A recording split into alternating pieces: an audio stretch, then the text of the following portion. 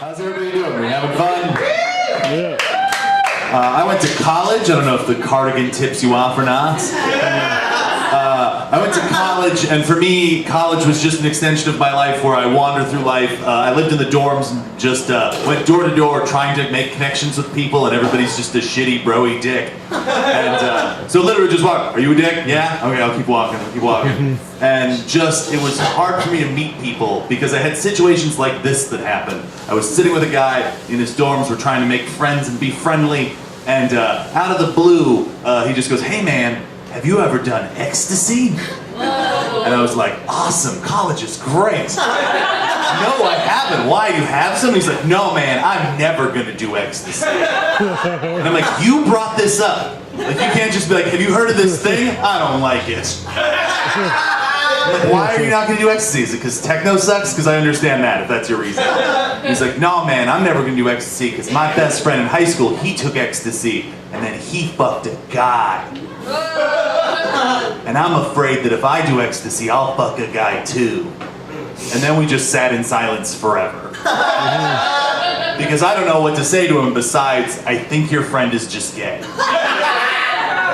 And if the only thing keeping you from having sex with a guy is a drug that makes you super cool with that, maybe you should just be gay too.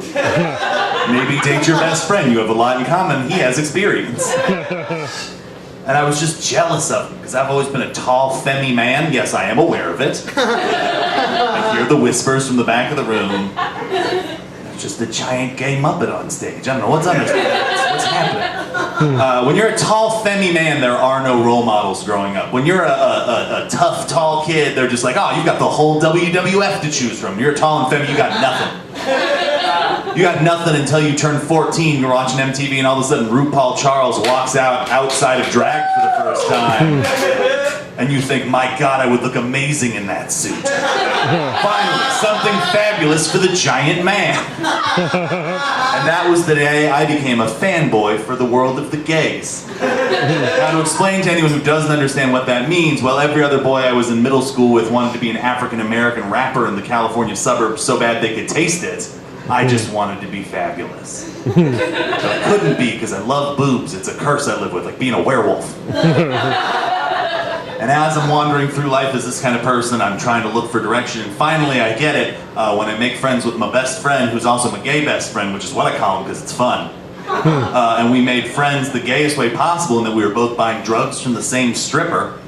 And just got into a fun conversation. We've been just cool guys ever since. And my gay best friend is real rich because he's a loner gay rich man. And sometimes that's the best thing in the world because when you're a broke artist, he takes you on gaycations, which are vacations, but because he's paying for it, he gets to call it whatever he wants. And so we're on gaycation in New York City once, and he got to show me the kind of worlds I'd only dreamed of as against his will straight man. And that is a bar on the Lower East Side of New York that's called The Cock. It is a subtle name. For the record, The Cock is not like a real business. It is an industrial building with a rooster spray painted on the side. And there's just a beautiful man covered in glitter that you give money to, and he shows you the secret entrance. And we wander through, and it's an amazing thing because I walk in, and happening on the bar of this place we're at is something I can only think to describe as a human centipede of blowjobs. In case you're desperately trying to make a sketch in your head of what that is 3 Puerto Rican men and 1 Irish guy blowing each other like they're doing a kick line on a bar. And it's amazing, but the most amazing part is that if you're doing the math right, and I imagine many of you have really graphically put this together in your head, I can only hope, is that you realize there is one lone wiener, because it's a line, not a circle, that these guys standing on the bar doing a gritty reboot of Coyote Ugly are doing.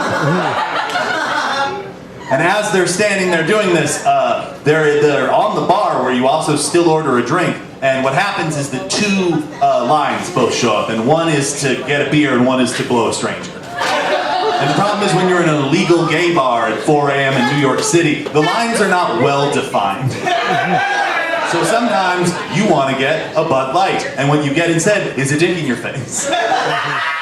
And the problem is, at that point, the people in the other line are not going to let you cut. So you have to start the process over again. And I'll put it this way, on my 5th time, I got it.